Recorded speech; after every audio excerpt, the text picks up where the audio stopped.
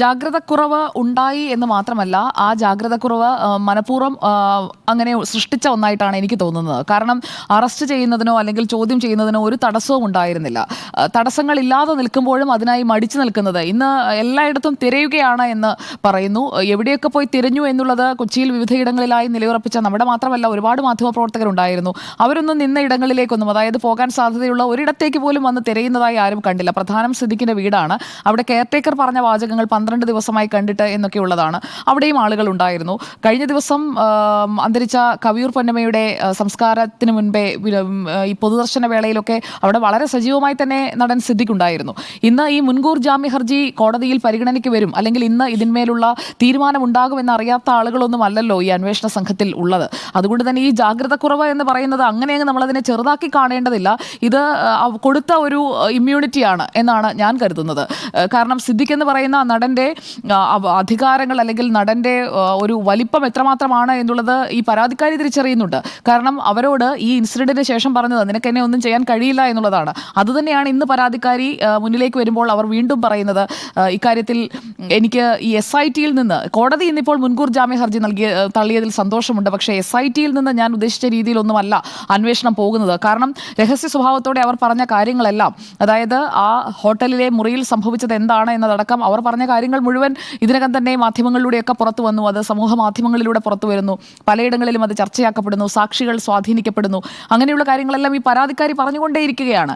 ഇന്ന് ഇപ്പോൾ ഈ കോടതിയിലേക്ക് വരുമ്പോഴും പരാതിക്കാരിയുടെ പശ്ചാത്തലം എന്താണെന്ന് പറഞ്ഞുകൊണ്ട്, അല്ലെങ്കിൽ പരാതിക്കാരി പഠിച്ചിരുന്ന കാലത്ത് അങ്ങനെയാണ് ഇങ്ങനെയാണ് എന്നൊക്കെ പറഞ്ഞുകൊണ്ട് അവരെ അങ്ങ് മോശമാക്കി കാണിക്കാനായിട്ടുള്ള ഒരു ശ്രമം പല ഭാഗങ്ങളിലും നടക്കുന്നുണ്ട്. പരാതിക്കാരിയുടെ പാസ്റ്റ് എന്തായാലും ഇവിടെ ഈ ക്രൈം നടന്നോ എന്നുള്ളതാണ് പരിശോധിക്കപ്പെടുന്ന കാര്യം. ഒരു ക്രൈമിനെ കുറിച്ചാണ് അവർ കൊടുത്തിരിക്കുന്ന പരാതി. ആ പരാതിയാണ് അന്വേഷിക്കുന്നത്. അതിനു പകരം അവരുടെ പശ്ചാത്തലം എടുത്തിടുന്നു. അവർ പരാതി കൊടുക്കാൻ വൈകിയത് ഈ പരാതിയിൽ കഴമ്പില്ലാത്തത് കൊണ്ടാണെന്ന് പറയുന്നു. അതൊക്കെയാണ് ഇന്ന് കോടതി തള്ളിക്കളഞ്ഞത്. അത് അന്വേഷണ സംഘത്തിന് കൂടി ബോധ്യപ്പെടേണ്ടതാണ്. അന്വേഷണ സംഘം ഇപ്പോഴും ഒരു ലാഘവത്തോടെയാണ് ഈ സിദ്ദിഖിനെതിരായ പരാതി കൈകാര്യം ചെയ്യുന്നത് എന്നുള്ളതാണ് ഒറ്റനോട്ടത്തിൽ മനസ്സിലാക്കാൻ കഴിയുന്ന കാര്യം. അതായത് സിദ്ദിഖ് കൊച്ചിയിലുണ്ടായിരുന്നു. കൊച്ചിയിൽ നിന്ന് ഇന്നലെ രാത്രിയോ അല്ലെങ്കിൽ ഇന്ന് പുലർച്ചെയോ മാത്രമാണ് മാറിയിട്ടുള്ളത്. അതും അദ്ദേഹത്തിന്റെ അഭിഭാഷകൻ അഡ്വക്കേറ്റ് ബി രാമൻപിള്ള അടക്കമുള്ള ആളുകൾ കൊടുത്ത നിയമോപദേശത്തിന്റെ അടിസ്ഥാനത്തിലായിരിക്കാം. കാരണം മറിച്ചൊരു വിധി ഉണ്ടാകാനുള്ള സാധ്യതയും അവർ മുൻകൂട്ടി കാണുമല്ലോ. അപ്പോൾ അദ്ദേഹം ഇപ്പോഴും കുറ്റാരോപിതനായി നിൽക്കുകയാണ്. അറസ്റ്റിലേക്ക് പോയിട്ടില്ല. ഇക്കാര്യത്തിൽ എന്തുകൊണ്ടാണ് അന്വേഷണ സംഘത്തിന് ഇന്നിപ്പോൾ മുകേഷിനെ 3 മണിക്കൂർ അടുപ്പിച്ച് ചോദ്യം ചെയ്തിട്ടുണ്ട്.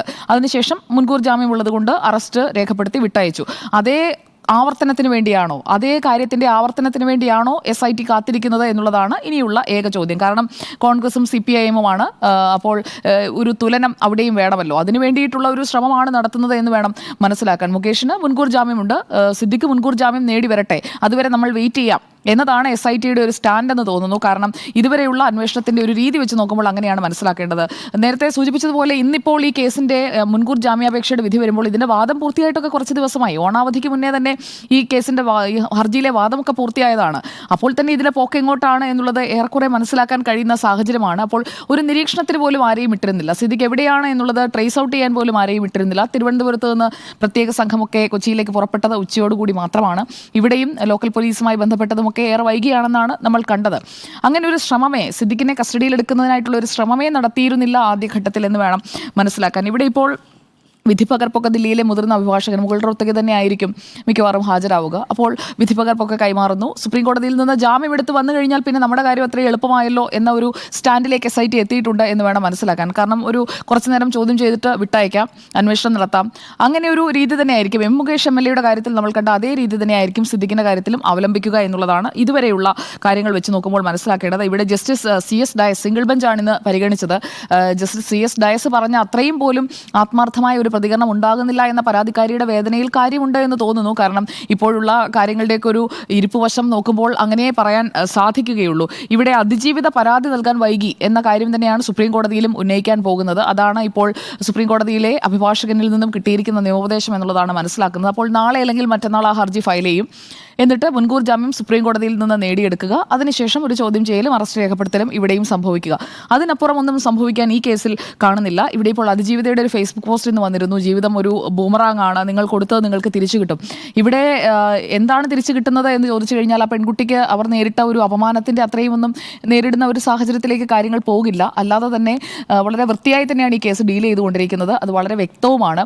മറ്റുള്ളവർക്ക്, അതായത് സമൂഹത്തിലെ ഒരു സാധാരണക്കാരനാണ് ഇങ്ങനെ ഒരു കുറ്റകൃത്യം ചെയ്തത് എന്ന് വിചാരിക്കുക, അല്ലെങ്കിൽ മറ്റേതെങ്കിലും മേഖലയിൽ നിന്നുള്ള ഒരു തൊഴിൽ മേഖലയിൽ നിന്നുള്ള ഒരു വ്യക്തിയാണ് ഇങ്ങനെ ഒരു കുറ്റകൃത്യം ചെയ്തതെന്ന് കരുതുക, ഇതായിരിക്കുമോ സമീപനം? SITയുടെ ഒരു സമീപനം ഇങ്ങനെ ആയിരിക്കുമോ? ഈ മുൻകൂർ ജാമ്യാപേക്ഷ തള്ളിയ വ്യക്തിക്ക് ഇത്രയും സമയം അയാൾക്ക് സുപ്രീം കോടതിയെ സമീപിക്കുന്നതിനും കോടതിയൊക്കെ സമീപിക്കാനുള്ള അയാളുടെ എല്ലാ അവകാശങ്ങളും എല്ലാ റൈറ്റ്സും ഞാനും ആക്സെപ്റ്റ് ചെയ്യുന്നു. അത് ഇന്ത്യൻ നീതിന്യായ വ്യവസ്ഥ കൊടുക്കുന്ന അവസരമാണ്. പക്ഷേ ഇതുപോലെയുള്ള ഒരു സമയവും ഇത്രയും ഒരു ലാഘവവും ഒരു കേസ് കൈകാര്യം ചെയ്യുന്നതിൽ അത്രയും ഒരു പാമ്പറിങ് ഉണ്ടാകുമെന്ന് ഞാൻ കരുതുന്നില്ല. ഈ പാമ്പറിങ് സിദ്ദിഖായതുകൊണ്ട് ലഭിക്കുന്നതാണ്. അതുതന്നെയാണ് പരാതിക്കാരിയും ആവർത്തിച്ച് പറഞ്ഞുകൊണ്ടിരിക്കുന്നത്. ചില മേഖലയിൽപ്പെട്ട ആളുകളാകുമ്പോൾ അവർക്ക് താങ്ങാനും തഴുകാനും ഒക്കെ ആൾക്കാരുണ്ടാകും. ആ രീതിയിലുള്ള ഒരു പ്രൊട്ടക്ഷൻ, അങ്ങനെ ഒരു ഷീൽഡ് അതിവിടെ സിദ്ദിഖിന് കിട്ടുന്നുണ്ട് എന്നുള്ളത് വളരെ വ്യക്തമാണ്. ഇവിടെ ജാഗ്രത കുറവുണ്ടായി എന്നുള്ളതല്ല, അത് അദ്ദേഹത്തിന് കൊടുത്തതാണ്, സിദ്ദിഖിന് സംരക്ഷിക്കുന്നതിന് വേണ്ടി കൊടുത്തതാണ്. അത് സമൂഹത്തിന് ബോധ്യപ്പെട്ട ദിവസമാണിന്ന്. സാധാരണഗതിയിൽ എന്താണ് ഒരു കേസിൽ അല്ലെങ്കിൽ ഇതുപോലൊരു ജാമ്യ ഹർജി തള്ളിക്കഴിയുമ്പോൾ ഉണ്ടാവുക, എല്ലായിടത്തും പാഞ്ഞു നടന്നായിരിക്കും പിടിക്കുക. 100%. അപ്പോൾ ഇവിടെ അതൊന്നും ഉണ്ടായില്ല. മാത്രമല്ല എല്ലായിടത്തും പോയി തിരയുന്നത് പോലും പലയിടങ്ങളിലായി നിന്ന ഞാൻ ഒരു മാധ്യമ സ്ഥാപനത്തിൻ്റെയും ദൃശ്യങ്ങളിലും ഒരിടത്തും കണ്ടില്ല. എവിടെയും തെരച്ചിലിനായി വരുന്നതും വാഹനങ്ങൾ വന്നു നിൽക്കുന്നതും ഒരുപക്ഷെ അത് സിനിമകളിൽ മാത്രമാക്കി നിർത്തുന്ന സീനുകളായിരിക്കാം എന്ന് തോന്നുന്നു. കാരണം ഒരു സിനിമാക്കാരൻ പ്രതിയായി അല്ലെങ്കിൽ കുറ്റാരോപിതനായി വരുന്ന കേസാകുമ്പോൾ സിനിമയിലൊക്കെ ഉള്ളത് യഥാർത്ഥമല്ല എന്ന് നമ്മളെ തോന്നിപ്പിക്കുന്നതിന് വേണ്ടിയായിരിക്കാം. ഇത്രയൊക്കെയാണ് SITയുടെ അന്വേഷണം എന്ന് ബോധ്യപ്പെടുന്ന ഒരു സാഹചര്യമാണ് കാണുന്നത്. ഇതുവരെ ഈ ശക്തമായ തെളിവുകളുണ്ട്, സാക്ഷിമൊഴികളുണ്ട് എന്ന് കോടതിയിൽ പറയുന്ന ആളുകൾ ഇത്രയും ശക്തമായ തെളിവുകളൊക്കെ ഉള്ളപ്പോൾ ഒന്ന് വിളിച്ച് ചോദിക്കെങ്കിലും ചെയ്യണ്ടേ? അതുപോലും ഉണ്ടായിട്ടില്ല. സിദ്ദിഖ് ഇവിടെ തന്നെ ഉണ്ടായിരുന്നു. കവിയൂർ പൊന്നമ്മ, അന്തരിച്ച കവിയൂർ പൊന്നമ്മയുടെ പൊതുദർശന വേളയിൽ ഏറ്റവും ഒടുവിൽ കളമശ്ശേരി 3:30 വരെ ഉണ്ടായിരുന്നു. കളമശ്ശേരിയിൽ വരെ നമ്മൾ കണ്ടതാണ്. അപ്പോൾ ഇവിടൊക്കെ തന്നെ ഉണ്ടായിരുന്നു. ഇപ്പോഴും ഞാൻ മനസ്സിലാക്കുന്നത് അദ്ദേഹത്തിന്റെ അഭിഭാഷകനൊക്കെ പറയുന്നത് സേഫ് ആയിട്ടുള്ള സ്ഥലത്തുണ്ട് എന്നാണ് അവരൊക്കെ അവകാശപ്പെടുന്നത്. അപ്പോൾ സേഫ് ആക്കി നിർത്തിയിരിക്കുകയാണ്. അത് ജാമ്യ ഹർജി സുപ്രീം കോടതി ഒന്നുകിൽ ജാമ്യം നൽകണം. സുപ്രീം കോടതി ജാമ്യം നൽകാത്ത ഒരു സാഹചര്യം ഉണ്ടായാൽ മാത്രമേ ഇനിയിപ്പോൾ കാര്യക്ഷമമായ ഒരു നീക്കം ഈ വിഷയത്തിൽ ഉണ്ടാകുമെന്ന് ഞാൻ കരുതുന്നു. നിയമവൃത്തങ്ങളിൽ നമുക്ക് ലഭിക്കുന്ന സൂചന സുപ്രീം കോടതിയിൽ പോയാലും മുൻകൂർ ജാമ്യം കിട്ടാൻ സാധ്യത ബുദ്ധിമുട്ടാണ്. പോലീസ് പിടിച്ച സാഹചര്യ തെളിവുകൾ സ്ട്രോങ് ആണ്. അതെ, അത് മാത്രമല്ല ഈ പറഞ്ഞ സുജയ് സൂചിപ്പിച്ചത് പിന്നെ ഈ പറഞ്ഞ പരാതിയുടെ കാലവിളംബം, ആ കാലവിളംബത്തെ കുറിച്ച് ഈ വിധിയിൽ നിന്നുണ്ട്. അത് സുപ്രീം കോടതിയുടെ ജഡ്ജ്മെന്റ് തന്നെ വെച്ചിട്ടാണ് അത് തള്ളിയിരിക്കുന്നത്. കാലവിളംബം ഇവിടെ തന്നെ തള്ളിപ്പോയി. ലളിത് കുമാരി കേസിൽ അടക്കം വന്നിരിക്കുന്നത് കാലവിളംബം ഒരു കാരണവശാലും FIR ഇടുന്നതിന് തടസ്സമാകരുത് എന്നാണ്. മാത്രമല്ല പരാതിക്കാരിക്കെതിരെ വ്യക്തിഹത്യ അത് ഈ വാദത്തിനിടയിൽ വന്നു കഴിഞ്ഞു. അതൊക്കെ പരാതിക്കാരിയുടെ അഭിഭാഷകൻ എന്ന് പറഞ്ഞത് മോശമായി. അതുകൊണ്ടുകൂടിയാണ് ഈ മുൻകൂർ ജാമ്യ ഹർജി തള്ളിയത്.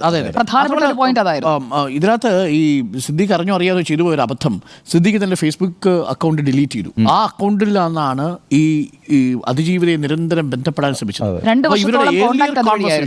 ഇവരുടെ നേരത്തെയുള്ള സംഭാഷണങ്ങൾ ആ ഫേസ്ബുക്ക് അക്കൗണ്ടിലുണ്ട്. അപ്പോൾ ആ അക്കൗണ്ട് ഡിലീറ്റ് ചെയ്ത് തന്നെ അദ്ദേഹം കുറ്റം സംബന്ധിച്ചതിന്റെ ഒരു തെളിവാണ് എന്നതടക്കമാണ് കോടതിയിൽ വ്യാഖ്യാനിച്ചത്. വലിയ ബുദ്ധിമുട്ടാണ് അദ്ദേഹത്തിന് നിലവിലത്തെ സാഹചര്യത്തിൽ മുൻകൂർ ജാമ്യം കിട്ടാൻ. നമുക്ക് പക്ഷേ അറിയില്ല ഇനി മറ്റേതെങ്കിലും ഒരു ഇന്റർപ്രിട്ടേഷൻ ഇതിന്റെ ഭാഗത്ത്. ഇവിടെ ഇപ്പോഴും SIT ഇലക്ട്രോണിക് എവിഡൻസസ് ഗ്രാബ് ചെയ്യാനോ ഒന്നും ശ്രമിച്ചിട്ടേ ഇല്ല.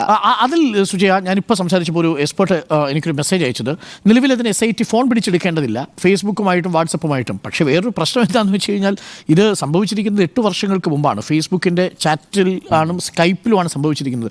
സ്കൈപ്പിലെ പല സംഭാഷണങ്ങളും തിരിച്ചെടുക്കാൻ ബുദ്ധിമുട്ടാണെന്ന് ഞാൻ മനസ്സിലാക്കിയിരിക്കുന്നത്, സ്കൈപ്പിലെ കാര്യങ്ങൾ. അപ്പോൾ ഇതെന്താണ് സംഭവിച്ചത് നമുക്കറിയില്ല. പക്ഷേ എങ്കിലും സാഹചര്യ തെളിവുകൾ നേരത്തെ ഉണ്ണി ബാലകൃഷ്ണൻ സൂചിപ്പിച്ചതുപോലെ മ്യൂസിയം പോലീസിന്റെ ജാഗ്രത കൊണ്ട് തുടക്കത്തിൽ ചിലത് കിട്ടിയിട്ടുണ്ട്. അത് പ്രത്യേകിച്ച് ഈ മാസ്കറ്റ് ഹോട്ടലിൽ ഇരുവരും ഉണ്ടായിരുന്നു എന്നുള്ളത്, നില തിയേറ്ററിൽ പ്രിവ്യൂ കാണാൻ, സുഖമായിരിക്കട്ടെ എന്ന സിനിമയുടെ പ്രിവ്യൂ കാണാൻ പോയത്, അതുമായി ബന്ധപ്പെട്ട എല്ലാ തെളിവുകളും, കഴിച്ച ഭക്ഷണത്തിന്റെ ബില്ല് അടക്കം കിട്ടിയിട്ടുണ്ട്. അപ്പോൾ അങ്ങനെയാണെങ്കിൽ അതിന്റെ ആനുകൂല്യം സ്വാഭാവികമായും അതിജീവിതയ്ക്ക് ലഭിക്കും. അദ്ദേഹം നിയമപ്രകാരമുള്ള ചോദ്യം ചെയ്യലിന് ഹാജരാകണം. അദ്ദേഹം അറസ്റ്റ് വഹിക്കണം. അറസ്റ്റ് വരിച്ച് ചോദ്യം ചെയ്യലിന് വിധേയമായതിനു ശേഷം കുറ്റവാളി അല്ലെങ്കിൽ അത് സമൂഹത്തിന് മുന്നിൽ അദ്ദേഹത്തിന് വെളിപ്പെടുത്താനുള്ള അവകാശമുണ്ട്.